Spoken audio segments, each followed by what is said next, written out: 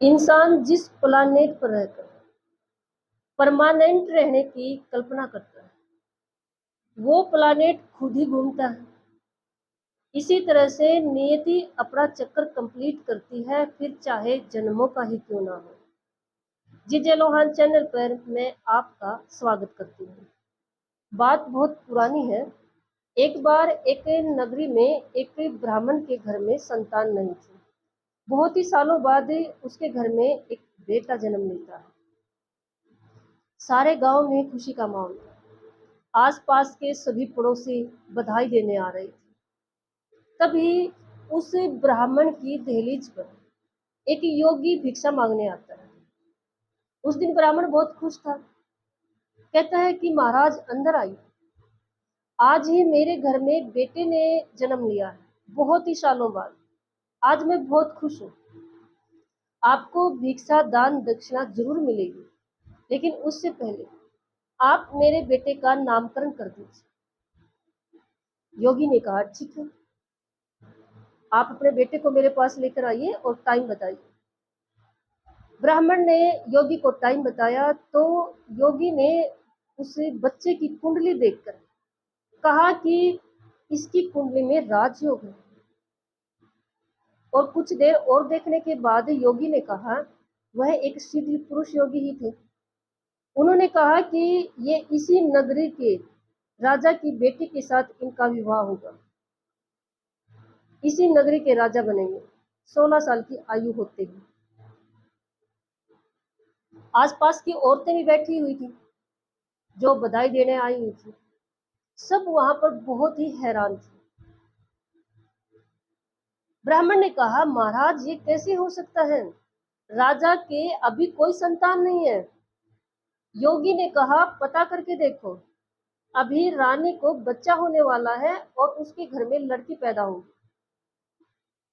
ऐसा कहकर दक्षिणा लेकर योगी वहां से चला जाता है। अब मैंने कहा, जो पड़ोस की औरतें बधाई देने आई हुई थी वो वहीं पर बैठी हुई थी। और हम समाज में भी ये देख सकते हैं कि पड़ोस की एक दो औरत को घर की बात पता चल जाए तो समझ लो टोटल न्यूज हो गई है पूरे गांव के लिए। ऐसा ही ब्राह्मण के परिवार के साथ हुआ। पूरे गांव में और फिर पूरी नगरी में यह खबर आग की तरह फैल गई। फैलते फैलते यह राजा के पास भी पहुंच गई। राजा ने उस योगी का पता करना चाहा, लेकिन उसका कोई भी एड्रेस नहीं मिलता है। योगी उसको नहीं मिलता। फिर कुछ ही दिनों बाद राजा के घर में एक लड़की जन्म लेती है। अब राजा को पूरा विश्वास हो गया कि ब्राह्मण सच कह रहा था। क्या सॉरी, वो जो योगी थे वो सच कह रहे थे, ये खबर झूठी नहीं है। क्या मेरी लड़की की शादी एक ब्राह्मण की लड़की के साथ होगी?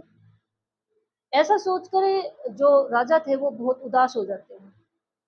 और जो योगी थे उसका जो हुलिया पूछते हैं लोगों से और पता करते हैं, लेकिन कहीं भी पता नहीं चलता। अंत में राजा एक सेठ का वेश बनाकर ब्राह्मण के घर पहुंच जाता है और ब्राह्मण को कहता है, हे ब्राह्मण, मैंने उड़ती हुई खबर सुनी है कि राजा आपके लड़के को मरवाने की प्लानिंग कर रहा है। मेरे घर में कोई संतान नहीं है, मैं आपके लड़के को बचा सकता हूँ। बदले में ये लड़का मेरे घर रहेगा, मेरा बेटा बनकर, तभी मैं बचा सकता हूँ। मेरे घर में कोई संतान नहीं है, मैं इसलिए आया हूँ। जो सेठ बड़े राजा ने जो ब्राह्मण का विश्वास जीत लिया। ब्राह्मण और ब्राह्मणी दोनों डर जाते हैं ये खबर सुनकर। उनको विश्वास हो जाता है क्योंकि उनको पता था कि ये खबरें पूरे गांव में, पूरी नगरी में फैल चुकी है। ब्राह्मण ने कहा कि ठीक है, लेकिन आप हमें वचन दीजिए कि 16 साल के बाद आप हमारे बेटे को वापस कर दो। राजा बने सेठ ने कहा, हाँ क्यों नहीं, 16 साल बाद आप अपने बेटे को वापस ला सकते हो। जो राजा था उसके बेटे को लेकर जैसे ही मारने गया, जंगल में लेकर गया, तो उसको लगता है कि मैं इसको मारूंगा तो एक हत्या का दोष लग जाएगा। इसलिए राजा एक प्लान करता है, एक काठ की संदूक में उसको डाल देता है और नदी में छोड़ देता है कि जैसे ही नदी का बहाव तेज होगा ये अपने आप डूबकर मर जाएगा। नदी में वो जो संदूक बहती बहती बहुत ही दूरी पर, काफी डिस्टेंस पे एक दूसरे गांव में पहुंच जाते हैं। सुबह का समय था, सूर्य निकल रहा था और उस गांव का सबसे बड़ा सेठ सूर्य को जल अर्पण कर रहा था। तभी वह संदूक देखता है, संदूक को खोल कर देखता है और संयोग की बात देखिए, उस सेठ के भी कोई संतान नहीं है। वह खुशी खुशी उस लड़के को घर ले आता है। दोनों जो सेठ और सेठानी इतने खुश हो जाते हैं और उसका पालन पोषण परवरिश अपना बच्चा बनाकर, अपना बेटा बनाकर बड़े ही लाड प्यार से करते हैं। और वो सेठ उस गांव का सबसे धनवान सेठ थे। बड़े ही राज ठाट से उस लड़के की जो है परवरिश होती है। इसी तरह से कब 16 साल निकल जाते हैं पता ही नहीं चलता है। सेठ अपने बेटे को विद्या ग्रहण करने के लिए पहले जो ऋषि हुआ करते थे, जंगलों में तपस्या करते थे, तो उनके पास भेजते थे। सेठ भी अपने बेटे को उच्च शिक्षा प्राप्त करने के लिए जंगलों में एक ऋषि के पास बैठा हुआ भेज देता है। उस सेठ को नहीं पता वो वही ऋषि है जिन्होंने उसका नामकरण किया था। उसी के पास विद्या ग्रहण, क्योंकि वहां का वो सबसे तेज बुद्धि वाला सिद्ध पुरुष था। राजा एक दिन जंगल में शिकार खेलने के लिए जाता है और वो देखता है कि एक ऋषि कुछ शिष्यों को शिक्षा दे रहा है। और उस दिन जो कुछ भी योगी ऋषि बच्चों से, शिष्यों से पूछ रहा है, तो सभी जवाब एक ही लड़का दे रहा है, वो वही लड़का।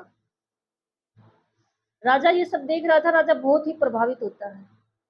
राजा इस उधेड़ बुन में ज्यादा था कि अपनी लड़की के लिए एक ज्ञानी पुरुष देखा। राजा ने वो संदूक में वो लड़का तैरा दिया था, लेकिन कहीं ना कहीं सोचता था कि वो बच ना गया हो, उससे पहले मैं अपनी बेटी की शादी कर दूं किसी ज्ञानी पुरुष के साथ, किसी ज्ञानी लड़के के साथ। राजा पूछता है कि ये लड़का कौन है, कहाँ से है, बहुत ही बुद्धिमान है। जब गुरु उसको बताता है कि ये कौन है, तो राजा उनके घर मिलने चला जाता है। और जब सेठ से मिलता है, सेठ बताता है, सेठ को पता चल जाता है कि राजा है। अगर मैंने झूठ बोला तो कुछ भी हो सकता है, इसलिए सेठ सच बता देता है कि महाराज ये मेरी रियल संतान नहीं है, मुझे इस तरह से संदूक में मिला। राजा समझ जाता है कि ये वही लड़का है। राजा फिर एक प्लान करता है। उस लड़के वापस जंगल में आता है और उस लड़के से कहता है कि मैंने एक फरमान भिजवाना है नगरी में, मेरी रानी के पास। आप बहुत बुद्धिमान लड़के हो, क्या आप भेज सकते हो? लड़का कहता है क्यों नहीं। राजा एक चिट्ठी लिखता है, मोहर लगाता है और कहता है जाओ ये रानी को देकर आओ। उसको अपना घोड़ा दे देता है, कहता है तब तक मैं यहीं पर ऋषि के पास रेस्ट करूंगा, मेरी तबीयत ठीक नहीं है। वह लड़का फरमान लेकर चला जाता है। जिस जंगल से गुजरता है वह रास्ता भटक जाता है। वहां पर उसको ना दो डाकू मिलते हैं। डाकू मीन्स जो लोगों को लूटते थे। वो उसको जब छानबीन करते हैं, सामान निकालने के भी कुछ मिल जाए, तो उनको उस लड़के के पास एक चिट्ठी मिलती है। चिट्ठी खोल कर देखते हैं तो उसमें लिखा हुआ था कि जैसे ही ये चिट्ठी तुम्हारे पास पहुंचे, जो लेकर इस चिट्ठी को ये लड़का आया है, उसी समय इस लड़के को मरवा देना और यहाँ से कहीं दूर दफना देना, तब तक मैं पहुंच जाऊंगा। अब डाकू मस्त मौला होते हैं। वो कहते हैं अरे तू ये फरमान अपनी ही मौत का लेकर जा रहा था, चलो राजा को सबक सिखाते हैं। उनको पता था राजा के घर में एक कन्या जन्म ले चुकी है, मतलब एक लड़की है, राजकुमारी है। वो एक दूसरी चिट्ठी लिखते हैं और उसमें लिखते हैं कि मेरे आने से पहले आप इस लड़की की शादी, जो लड़का ये चिट्ठी लेकर आया है, इससे कर दीजिए मेरे पहुंचने से पहले। और ऊपर वही मोहर लगा देते हैं जो उस पर लगी हुई थी। वो लड़का जैसे ही रानी को वो चिट्ठी देता है, रानी सोचती तो है लेकिन मोहर लगी हुई थी, फरमान पक्का था। रानी उसी दिन अपनी राजकुमारी की शादी उस लड़के के साथ कर देती है।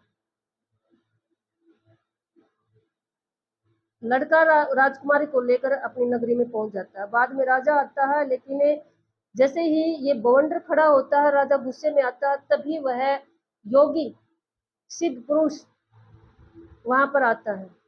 और वहां का वो इतना सिद्ध पुरुष था कि वहां उसके सामने कोई नहीं बोल सकता था। वह सब बातें क्लियर कर देता है कि ये होना ही था, ये मैं पहले ही बता चुका था, ये मैंने ही बताया था।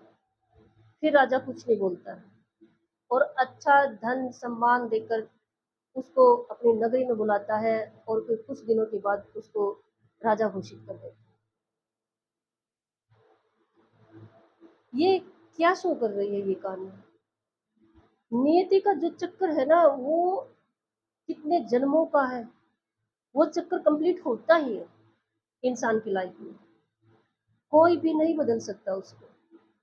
हाँ, माध्यम में कुछ भी बन सकता है। अब देखो, जैसे हमने ये स्टोरी सुनी, मैंने आपको बताई है, इसमें कितने इंसान इस बात को कंप्लीट करने में माध्यम बने, और पहले ही पता चल चुका था। इस बात का पहले ही पता चल चुका था कि इस लड़के के साथ राजकुमारी का विवाह होगा। राजा ने बहुत दाव पेच खेले, लेकिन नियति ने अपना चक्कर पूरा किया। देखो, पहले तो सिर्फ पुरुष होते थे, बता देते थे, पता चल जाता था। आजकल तो हमें तो नहीं पता चलेगा अभी किस कैसे, लेकिन एक नियति का चक्कर होता है, वो कंप्लीट ही होता है। उसके बीच में माध्यम है, कुछ भी बन सकते हैं। अब एक कहावत आपने सुनी होगी कि पता नहीं किस वेश में नारायण मिल जाएं।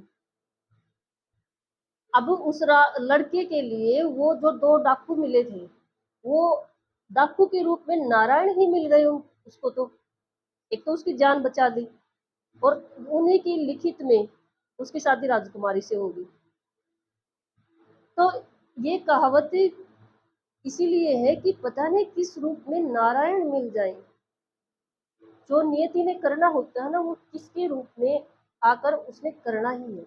इसलिए हमेशा अपने कर्मों पर ध्यान दें, क्योंकि जैसे हम कर्म करेंगे ना, वो चक्कर कंप्लीट होना ही है। दिन लग सकते हैं, माध्यम चेंज हो सकते हैं, लेकिन हमारे कर्मों का चक्कर कंप्लीट जरूर होगा।